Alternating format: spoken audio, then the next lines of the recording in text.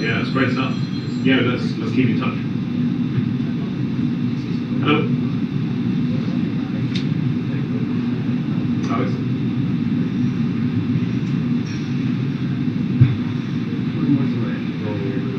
No, I've filed it. Run over that.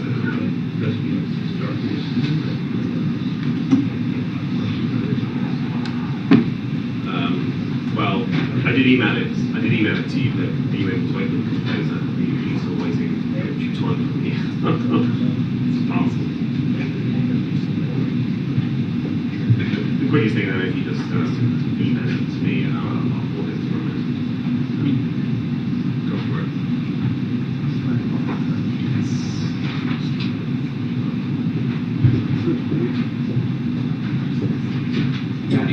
I actually agree with you. Yes. That's my material.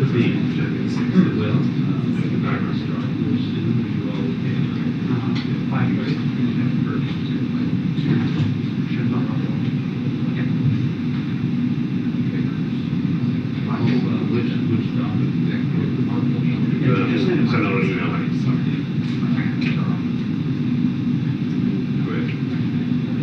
Hello?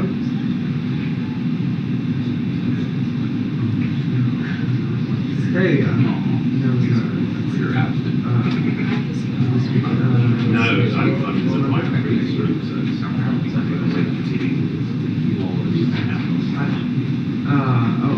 Yeah, I'm all set. so I think Trump himself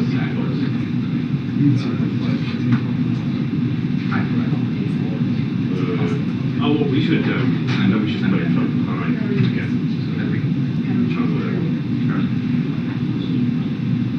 We'll bring at least some Trump work involved.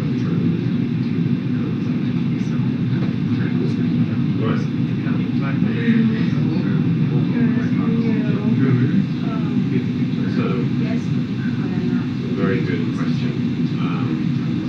That's for the desk to decide. They will know mix.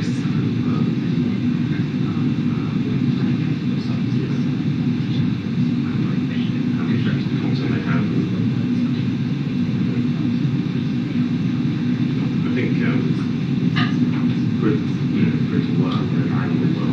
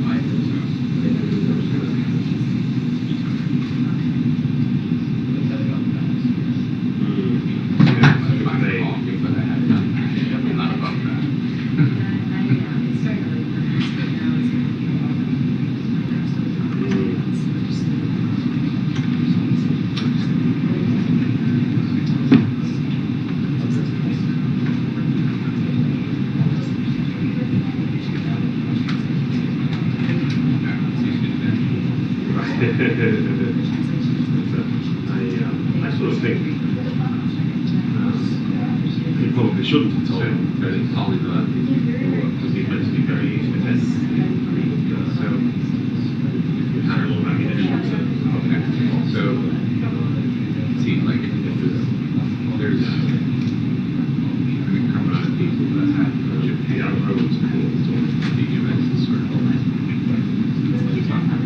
so, in my case, Humans are like every 6 months, like call but we're close.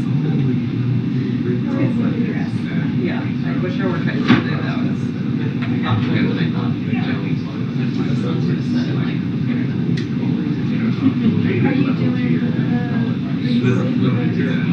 business level about Yeah, but nice way of saying somewhere are you doing it?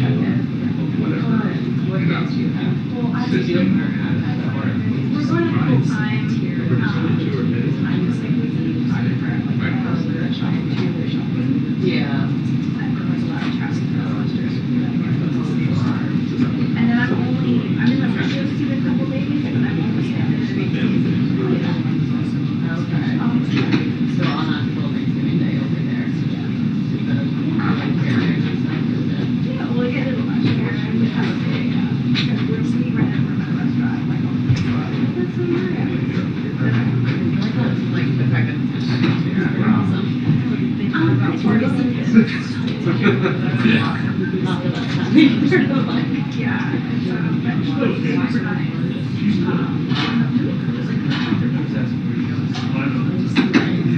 Sure.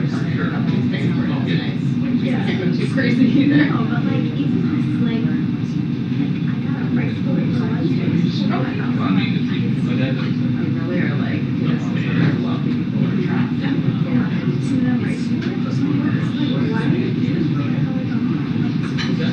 They have no other option. So there's not that's the chains. They're like, you can't find there's related like these places.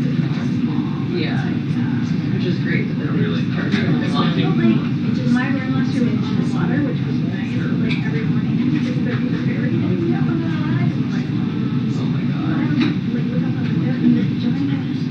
But has anyone ever established that sort of road? That's good. Funny you saw like that scenes just sitting like that. Where are you guys staying? Do you have a hotel for this time? It's the same hotel that Nikki and I are both for. Nice. That'll be really fun. Actually, like, family situation. Yeah. House. We're on that Sunday. That'll be cool. For you guys, I feel like it would be fun to do it. Just try a holiday. It's like remote.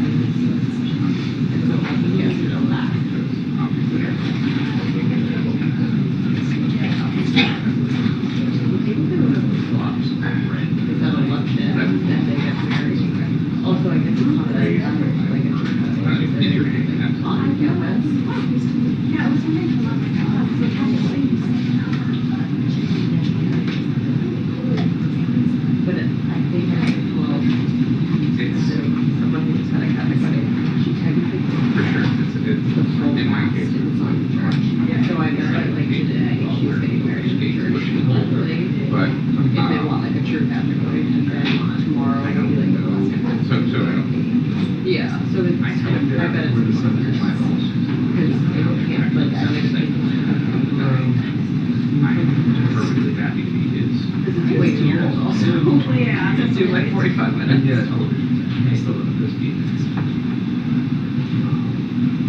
Yeah, and then I asked him, do you like to drink on the ground? Yeah, I hope it come out like in a quick They way. said tomorrow between like the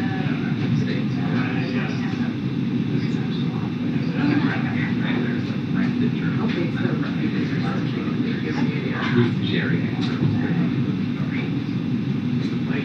Yeah. Like after Probably nice and cold. Oh my god, like But at the same time, also warm. And we're right. You're going on like 3 days. Yeah. So this is a little bit too complicated. I wonder if you can Friday, right?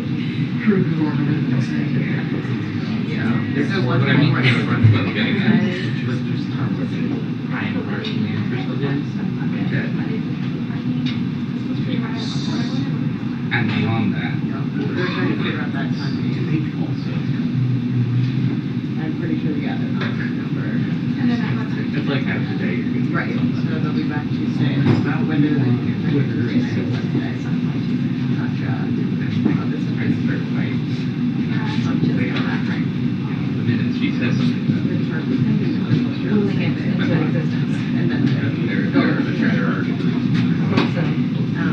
so they'll be doing that. So yeah, I guess the first retreat is really like 4 and I'll be in North Carolina. That's quick. Well, I'm pretty sure. We'll tell you figure out.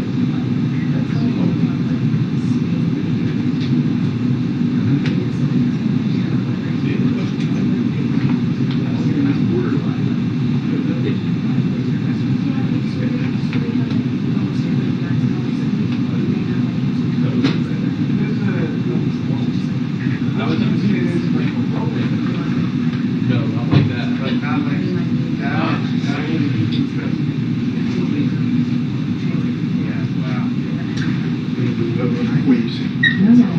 No, I don't want to block you.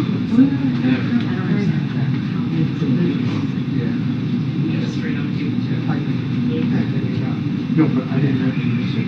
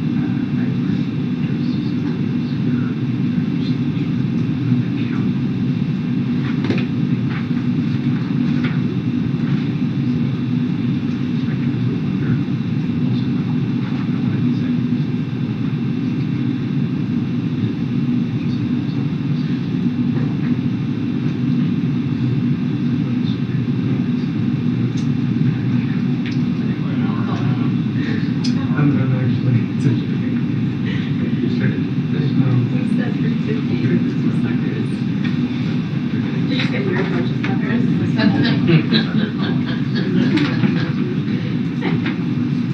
never agreed with my colleague, I disagree. 350 is now 4. Change.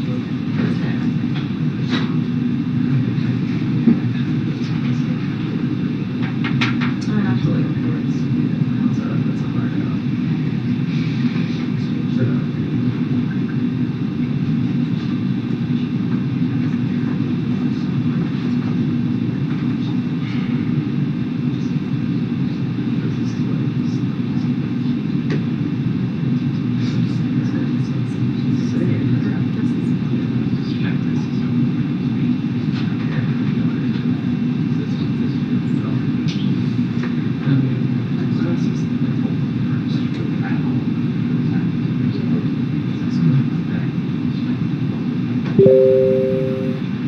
I've seen that with my company.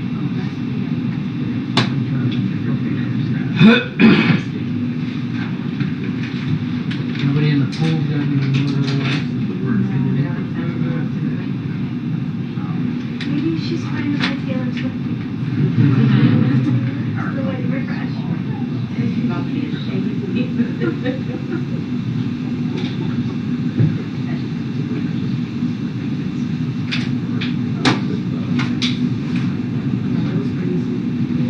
Yep.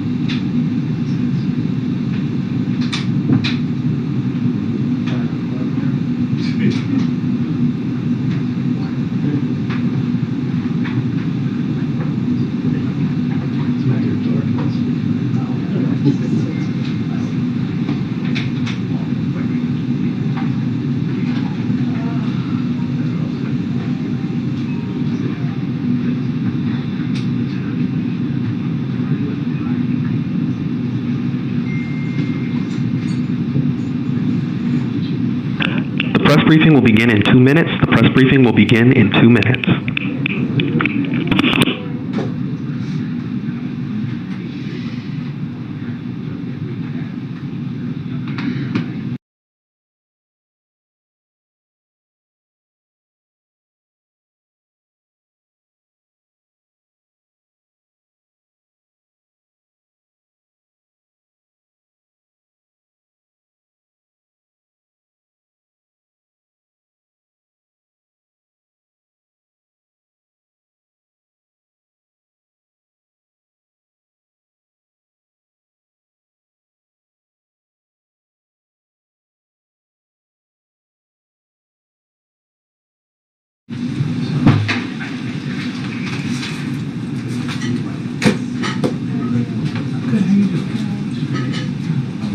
That's why you look fresh.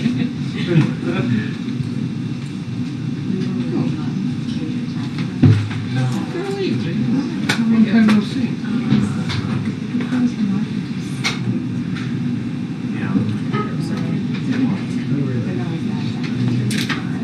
That's true. Yeah, you guys got to do a lot more of that. Yes. Although we were doing like midday. Happy Friday. I'm like, I have a green screen with a body back. Can I at least order a drink? Pretend I was there? Yeah. It's not fair. It's just not fair. I had a feeling it was going to be. Look human. Yeah.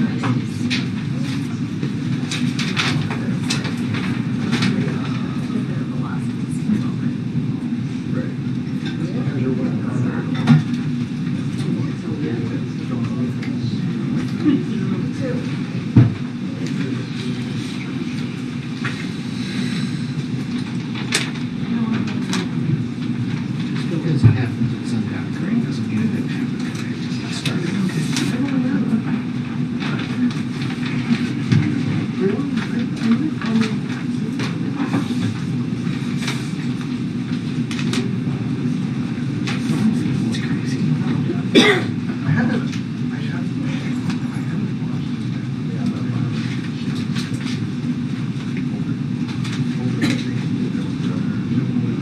Yeah, it could be.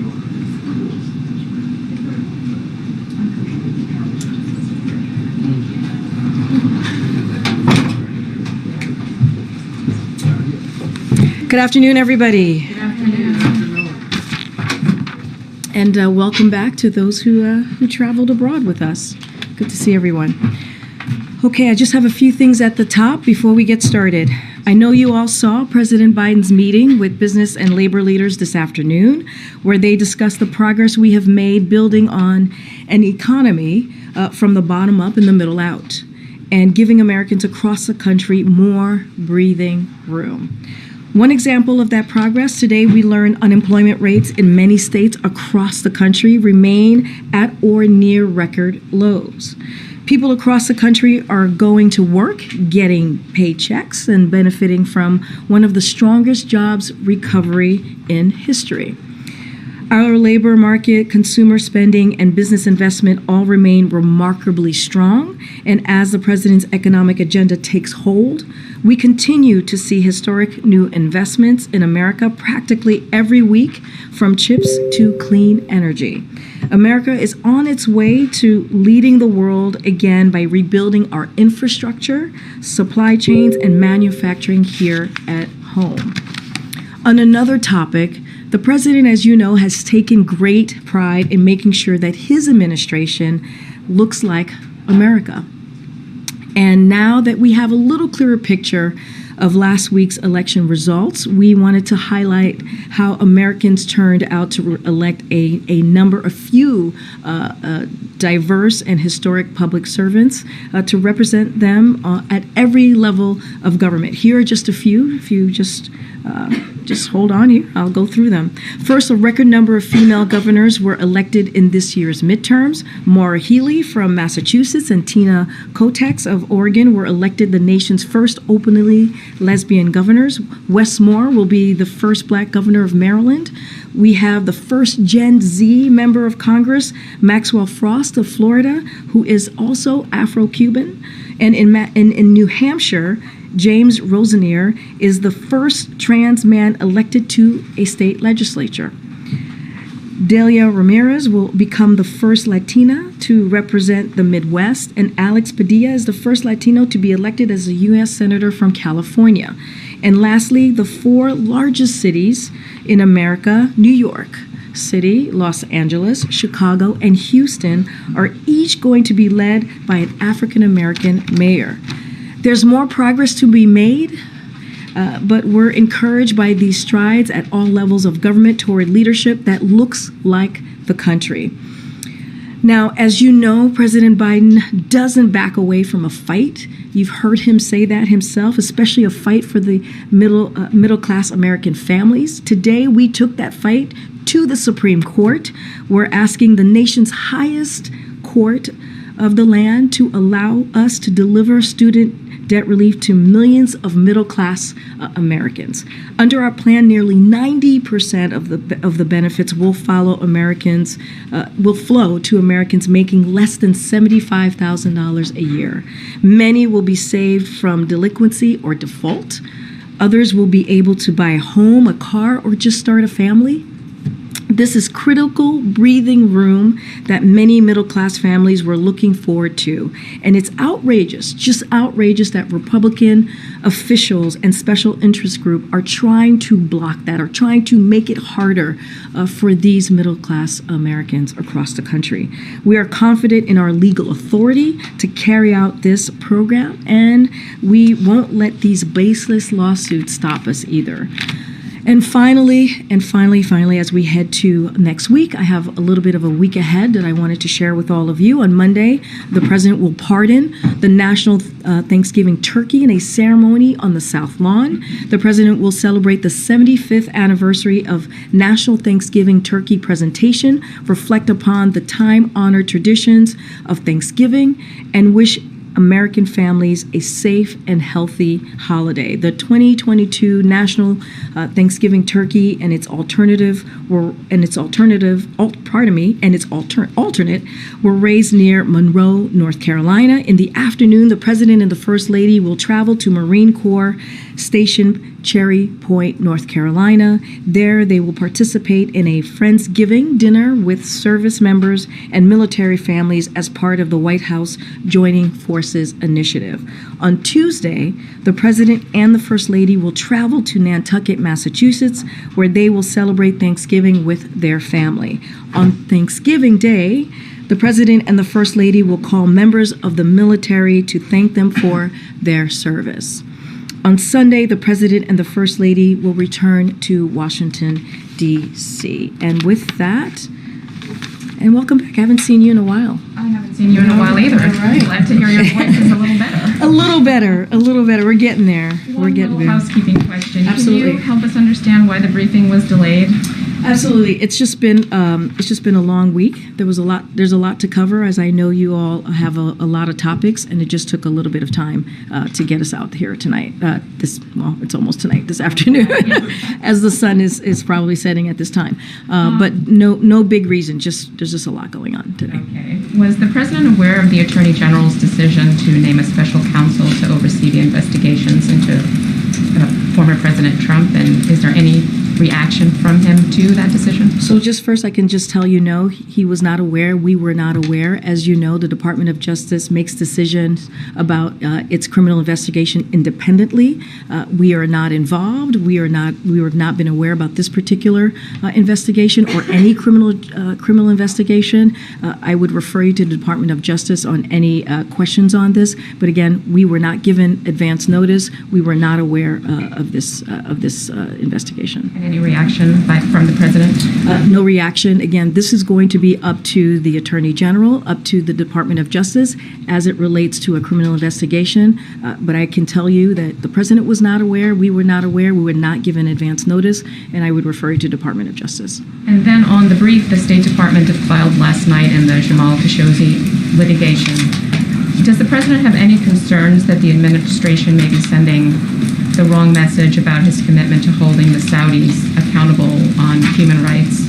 And can you say whether he signed off on that? So just let me just say at the top, just so that there's clarity, and I know that you've heard from the State Department on this as well and other colleagues, at the request of a federal district court for U.S. government views on whether Mohammed bin Salman enjoys head of state immunity, the Department of Justice, at the request of the Department of State, informed the court that Prime Minister bin Salman is immune from suit in the U.S.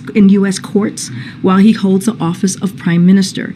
It's nothing to do with the merits of this case. I want to be very clear on this, but this is something that the State Department and the Department of Justice has more details on. So I would certainly refer you to them. And then just one last question.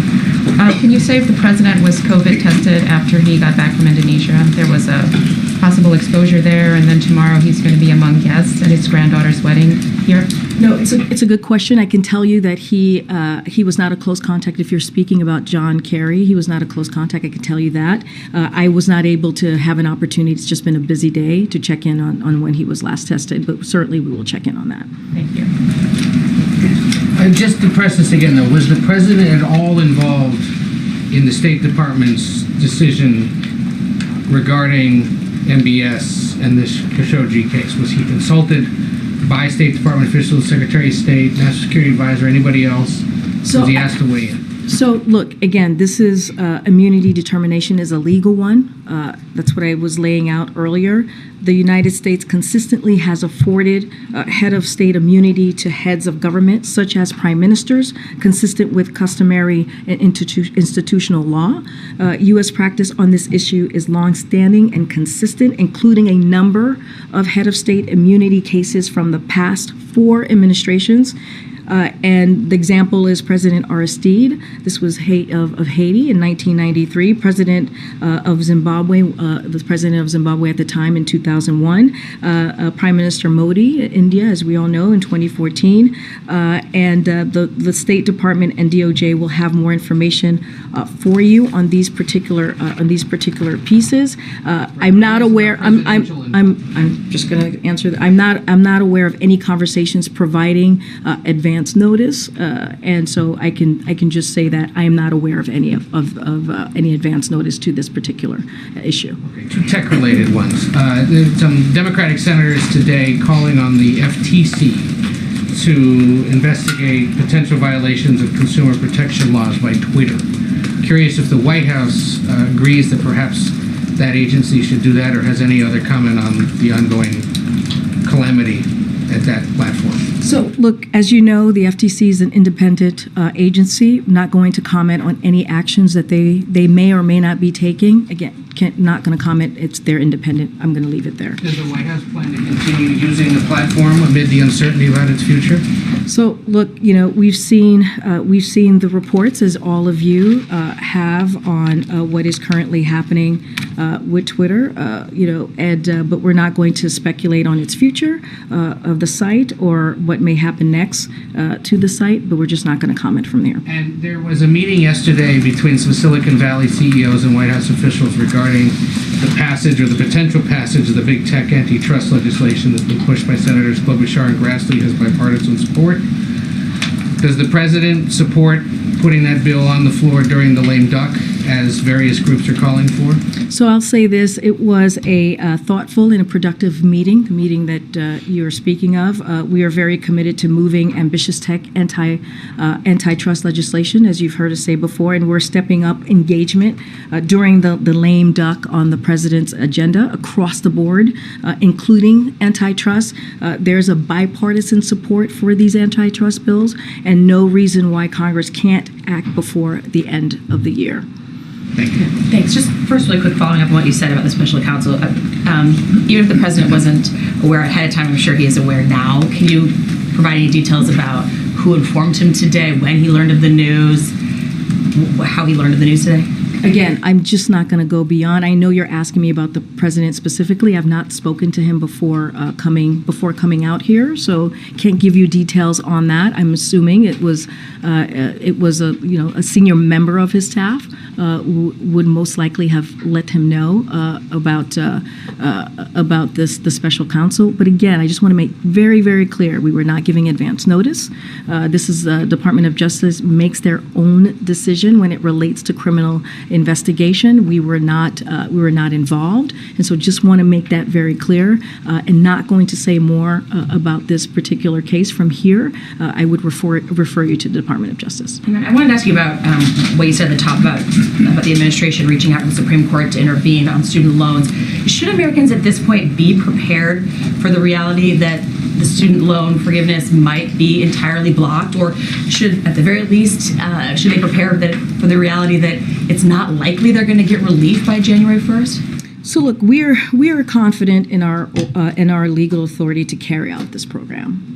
We're taking this fight to the Supreme Court so that borrowers can quickly, we believe, by doing this, by taking it to the largest court of the land, that it helps us get clarity in a quicker way and relief to those who truly deserve it, who really need a little bit of breathing room. So no matter how hard, again, this is what we're seeing here is what Republican officials are trying to do. They're trying to block a plan that's going to give relief to middle-class Americans across the country. We're going to continue to fight, as I just said at the top. The president is never afraid to get into a fight, especially when it comes to the American people.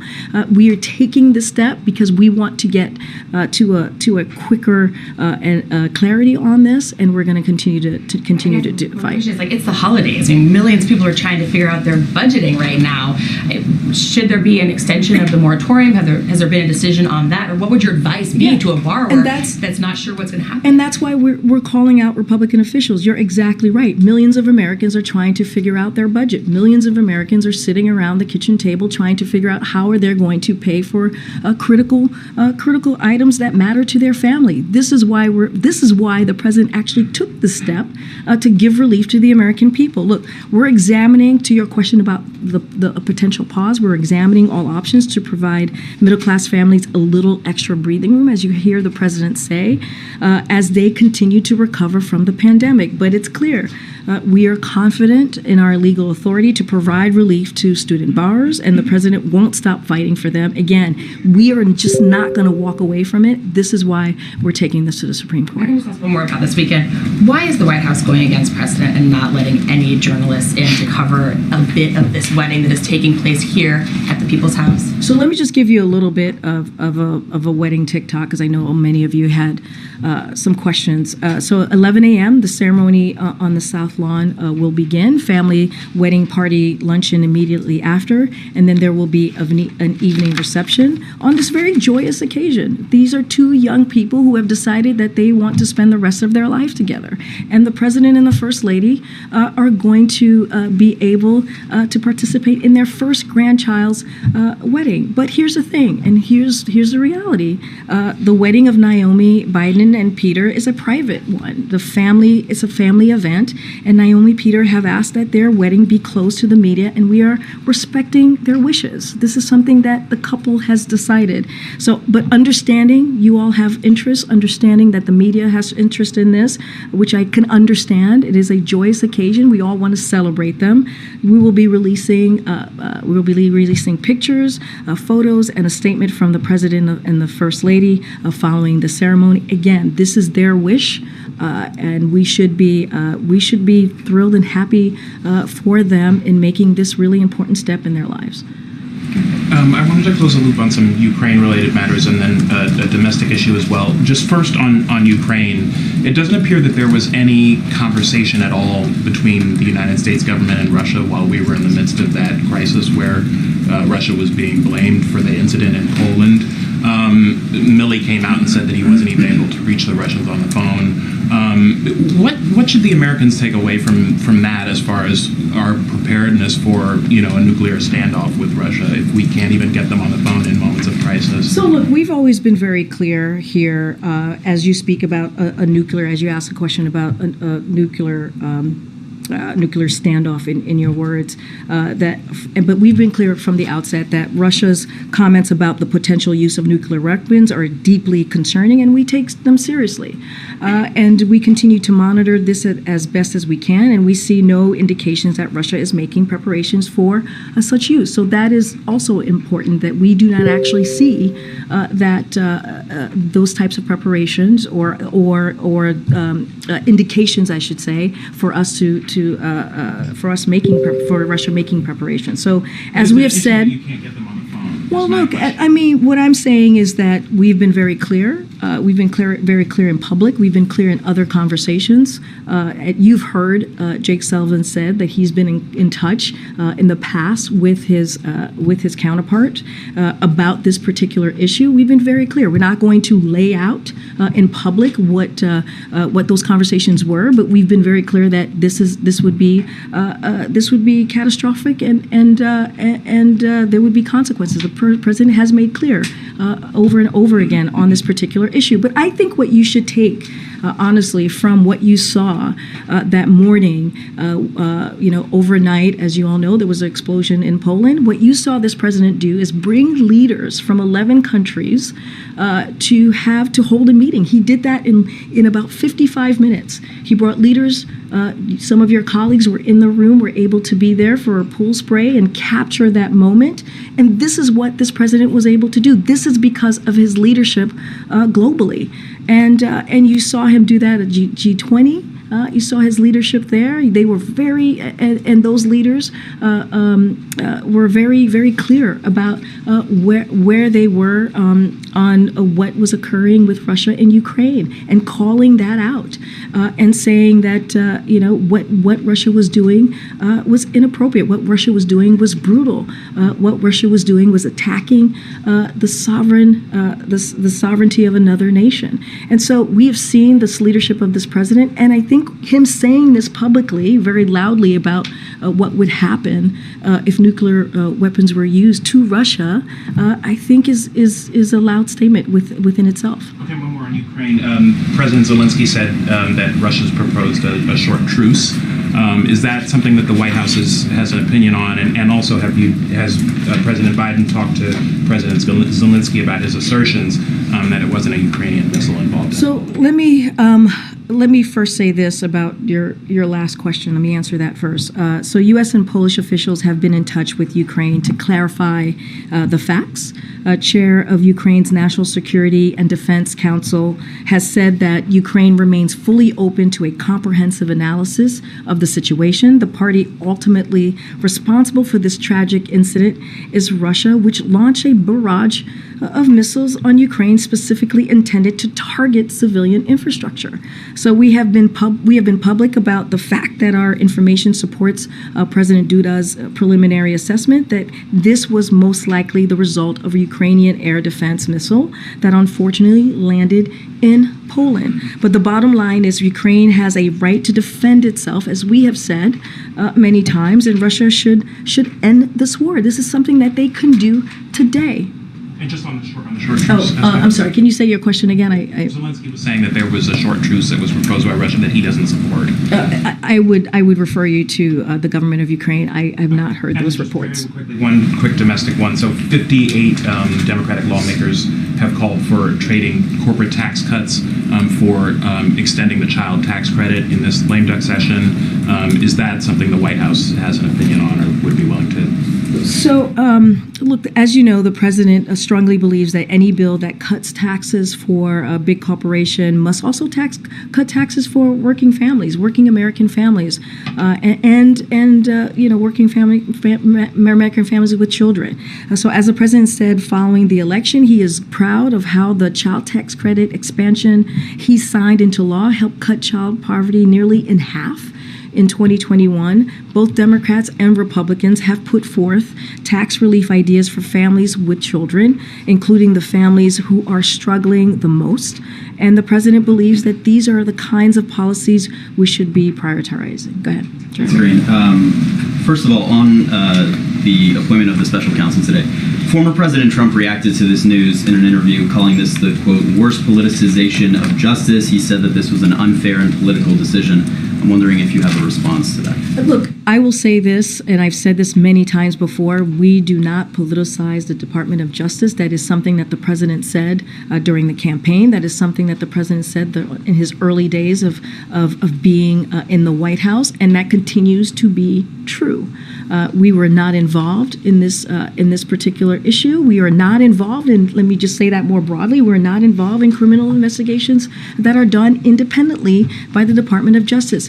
We were not given advance notice. Again, I would refer you to Department of Justice on any questions on this, but this is not an administration that the president has been very clear that will politicize the Department of Justice.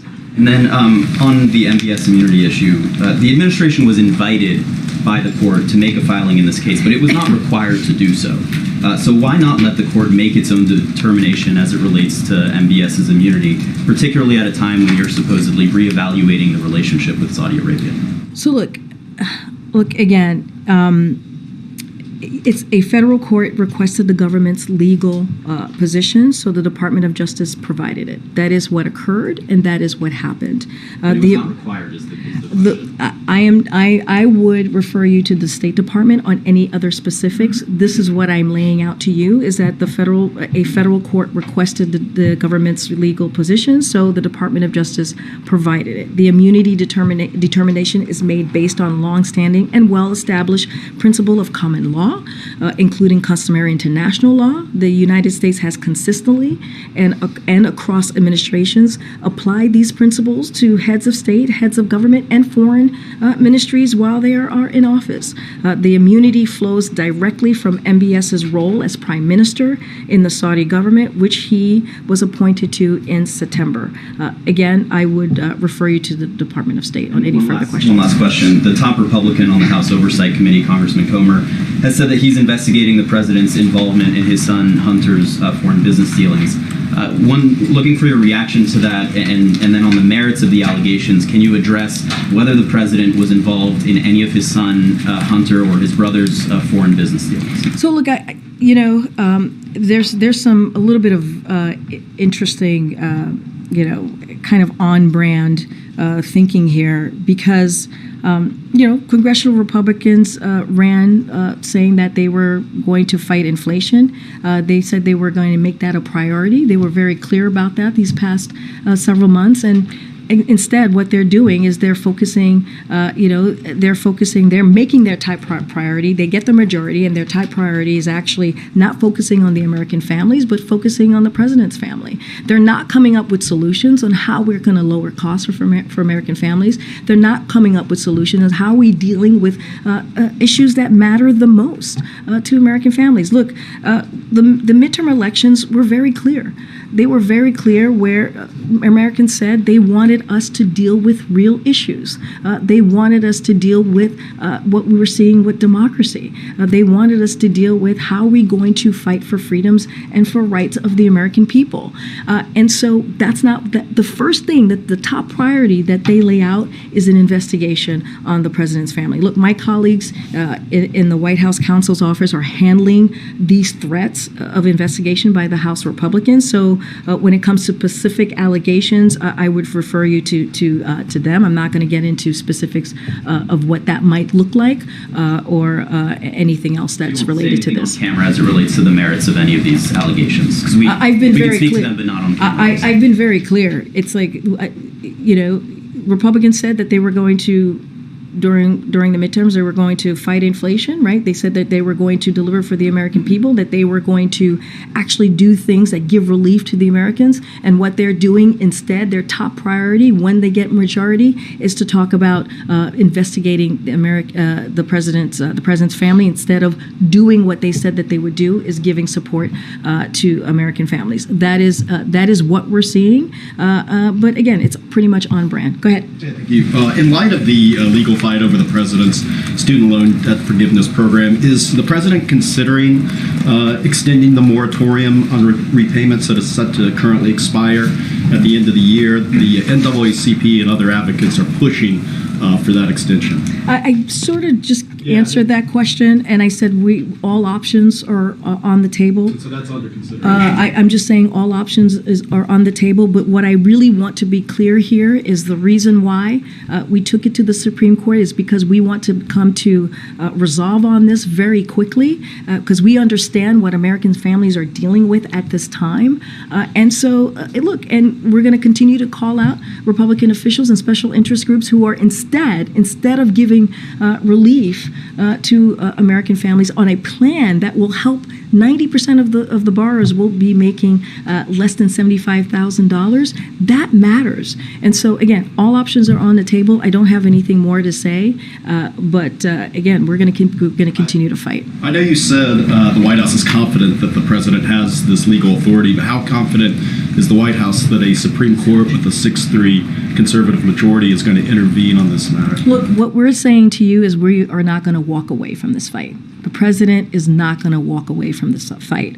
We feel pretty confident in our legal authority to provide relief to these student borrowers, and so that is what you're seeing from us. You're seeing a fight from this administration for a plan that's going to help tens of millions of people. As you know, 26 million people, borrowers, already went to the website and filled out those applications. And so that tells you that this is a popular plan that matters to American people across the country. And lastly, on a lighter note, the president turns 80 years old on Sunday.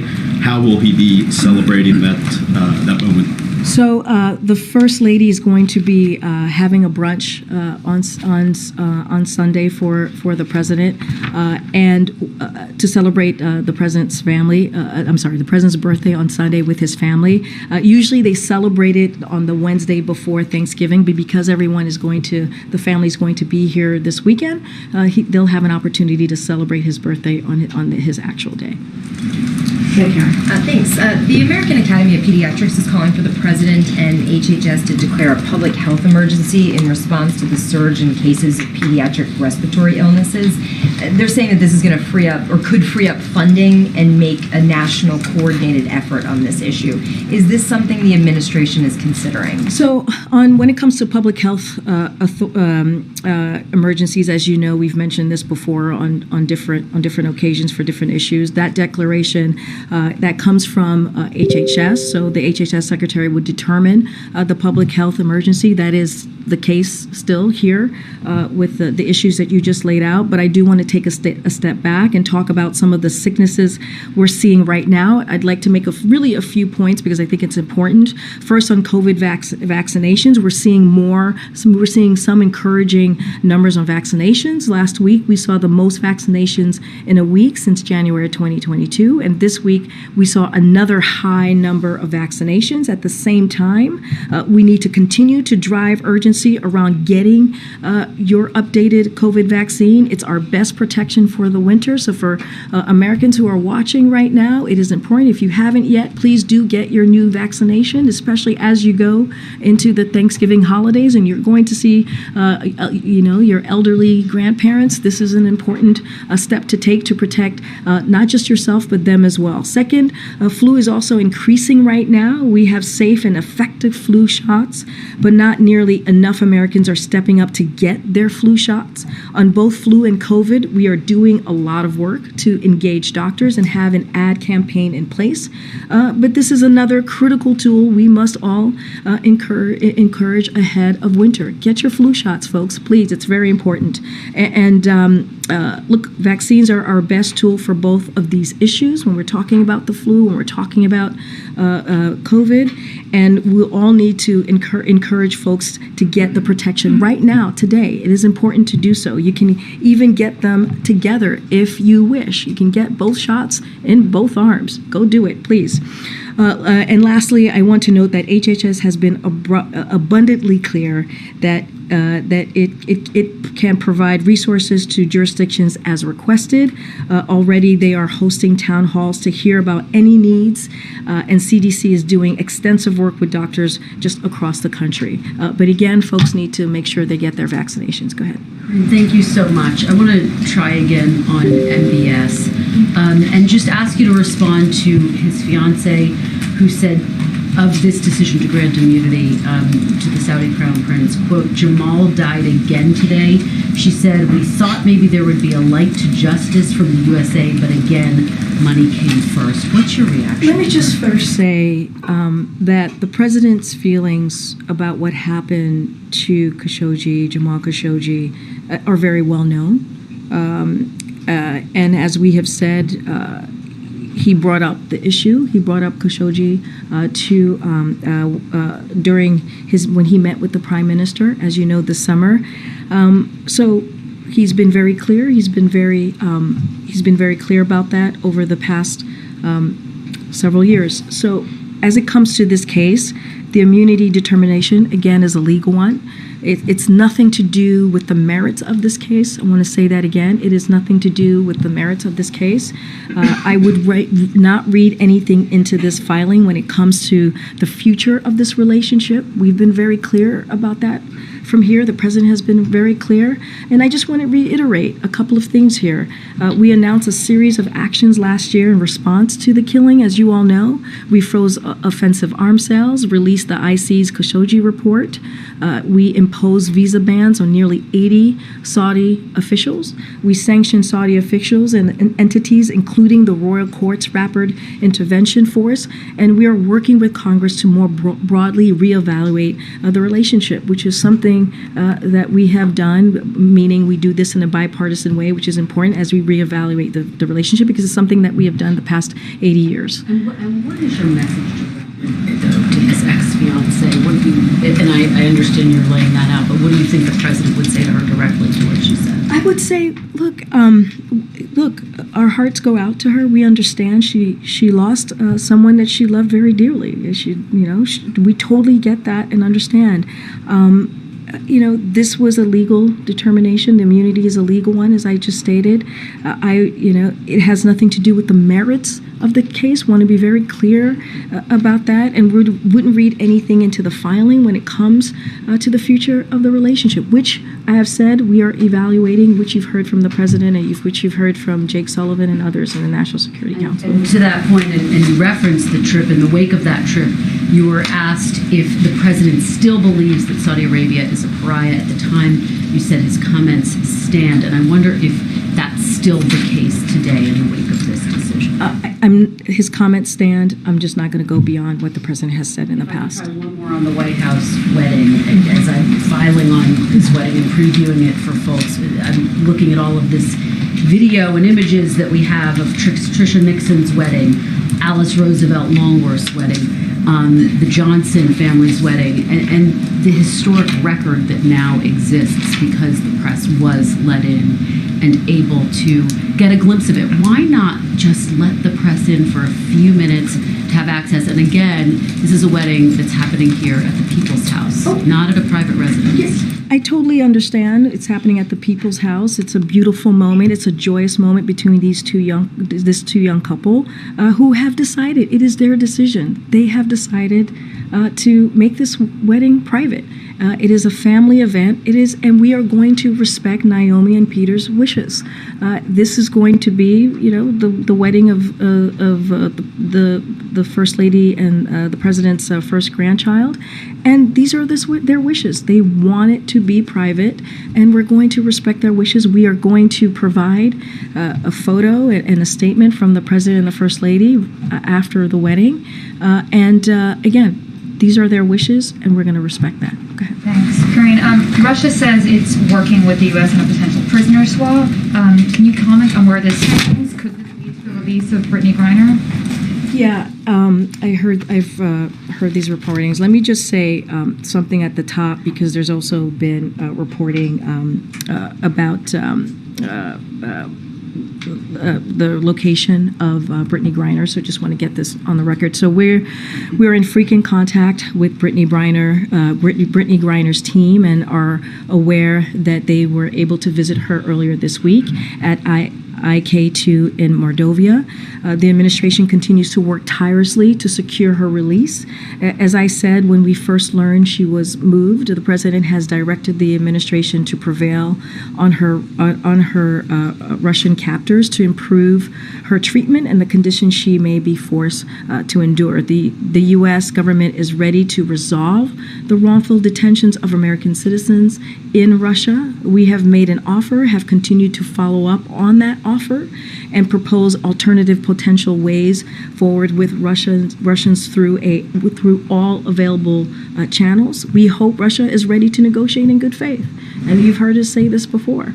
The Russian government's actions have contradicted what they have said publicly. Over the last several months, they have failed to seriously negotiate through the established channel or any other channel, and that's what we're going to see. On the prisoner swap, your specific question, we're not going to comment on specifics of any proposals other than to say that we have made a substantial offer and that the Russian Federation has consistently again failed to negotiate in good faith. And you've heard us say that before. They need to negotiate in good faith, but not going to get into specifics of the negotiations. Also, Corinne, following the issues surrounding Taylor Swift ticket sales this week, some Democratic lawmakers have been calling for more scrutiny over Ticketmaster and Live Nation, questioning whether that merger should continue. Does the White House think that there needs to be more scrutiny over Ticketmaster? And there's some reports that DOJ is investigating Live Nation. Are you aware of this? So, I would refer you to the Department of Justice on any investigation. I'm just not going to comment on any potential investigation from here on enforcement matter from here. We respect their independence, as we have said many times from here. As a matter of just economic policy across industries, the president has been very clear. He's been crystal clear on this, and I quote, "Capitalism without competition isn't capitalism, it's exploitation." Is there anything the White House is doing? He had talked about concerns about hidden fees recently. Is there anything that you're doing in this space? Yeah, he talked about that just a couple of weeks ago. Look, as you all know, the president is a strong proponent of increasing competition in our economy. You've heard him talk about this over the past several months. As he said last year when he signed the landmark executive order on competition. And so the president's executive order that he did very recently establishes a whole of government effort to promote competition in the American economy, because we know lack of competition leads to higher prices and worse service. So as you just mentioned, Lucy, he mentioned, Catherine, I should say, he mentioned, I'm like, Catherine, Lucy, two first names. Anyways, people call me Jean-Pierre, it's fine. He talked about excessive hidden junk fees. He recently called on all federal agencies to reduce or eliminate these fees, and the Federal Trade Commission has now started to work on a rule to crack down on unfair free practices across industries, which would encompass ticket processing fees as well, among those many junk fees. So again, this is something that the president takes very seriously, that he's taken action. He believes in competition, and he'll continue to do the work on that. Okay. If I could ask a broader question on Saudi Arabia. You had mentioned that the president is working with Congress to reevaluate the relationship. What is the time frame for that reevaluated relationship? And a quick follow-up there is also, on this most recent trip to the G20, did any members of the president's delegation meet with some of their Saudi counterparts, Saudi officials? Yeah, let me take your first question first. So following the OPEC Plus decision, as you said, the president directed his team to reevaluate the relationship with Saudi Arabia. That's what we're doing. And so in consultation with both parties in Congress, longstanding U.S. allies, partners in the region, and with the Saudis, there have already been consequences. I should say Congress has frozen all arms sales. So we have time to determine the broader way forward. And, we have already had preliminary conversations with the Hill. And now that members of Congress are back in Washington, D.C., because as you remember, the president was waiting for Congress to come back to have a more in-depth conversation after the midterms. We're going to start picking up those conversations. I don't have a timeline for you, but we want, as I said earlier, when you look at the relationship with Saudi Arabia, it's a relationship that has been for the last 80 years. And it's always been done when we think about that relationship in a bipartisan way, and that's what the president wants to do. Again, we've had initial conversation with Congress. There has been some consequences, as I just laid out, and now that Congress is back, we'll continue to have those. We'll have those conversations a little bit more in depth, and we'll let you know when those decisions have been made. And then on the G20 trip, were there meetings with the president's delegation and Saudi officials? That's a good question. I would have to check with our national security team. I don't have any insight on that at this point. One follow-up on a domestic question here. Is the president intending to travel to Georgia to campaign for Senator Warnock? Yeah. So I want to be careful because that runoff election is covered under the Hatch Act. So I want to be really careful on how I answer this. But what I can say to you, the president wants to be as helpful as he can to Senator Warnock, and I will leave it there. Don't have anything to announce as far as any trip or plans to travel to Georgia. But again, the president wants to be as helpful as he can be. The Supreme Court filing on student loans. This is the same week that Fed Governor Christopher Waller had said that pay increases across the economy should slow because there's too much money, essentially, in the economy. Are there concerns from the administration about the inflationary effects of student loan debt forgiveness? So look, I want to be careful. Again, the Federal Reserve is an independent body, and so I'm not going to comment on the actions by the Fed or remarks from Fed officials as well. So again, they're independent, and we respect the independence of the Federal Reserve. So I will say this, that the president's top priority is tackling, especially when it comes to the economy, is tackling inflation and lowering prices for the American families. That's why he's taken the actions that he has on gas prices. That's why he's taken, that's why Democrats and the president took the actions that you saw and signed into law. The president signed into law the Inflation Reduction Act. So as the president said today, this week's data shows sign of progress in lowering inflation without giving up any of the economic gains that we have seen the past 20 months. But again, when it comes to this particular federal official that you're asking about, I'm not going to comment. But again, I just laid out more broadly where we see the economic situation. Specifically on the loans, has the administration analyzed any potential inflationary effects of student loan forgiveness? Again, by making those comments is kind of connected to what the federal officials. Okay, full-blown stop. Okay. Nothing to do with the Fed. Well, that's the way you asked the question, so that's the way I was answering the question. Has the administration analyzed any potential inflationary effects of student loan forgiveness, the plan that the administration has enacted? It's a good question that you're asking, but look, the president has always. I don't have any data to share with you on that particular question, but the president has been very clear. He wants to make sure that he's lowering cost for the American people. He feels that the student debt relief, especially as we were talking about lifting the pause at the end of this year, he wanted to make sure that he was giving those families, those American middle-class families, a little bit of a breathing room, especially as they're dealing with cost. And so it was a campaign promise that he had made and that he wanted to keep. But more importantly, he knows that this is going to help tens of millions of Americans across the country, up to 40 million people. And again, this is going to give an opportunity to an American family, a middle-class family across the country, to start a family, to buy a house, and that matters. When you see a number of 26 million people who went to the website to sign up, that tells you how important this plan is. And finally, does the former president's announcement this week have any bearing on the current president's calculation in his decision as to whether he's going to run again? So again, Hatchak, going to be very careful. You're asking me about an election that's coming up in 2024. The president has been very clear that he intends to run, and so I'm going to leave it there. Ray, can I follow up on the student debt question? Is that all right? I'm going to take one last question. Go ahead, because I've answered the student debt question multiple times today. But go ahead. Go ahead. I'm going to take your question. The meeting between President Biden and Prime Minister Modi of India in Bali. As you know, it was we had a successful G20 leaders summit and a strong leaders declaration. As you know, I know you follow this very closely. President Biden spoke with the Prime Minister and Indonesian President on the margins of the summit, and we issued a readout of their trilateral meeting.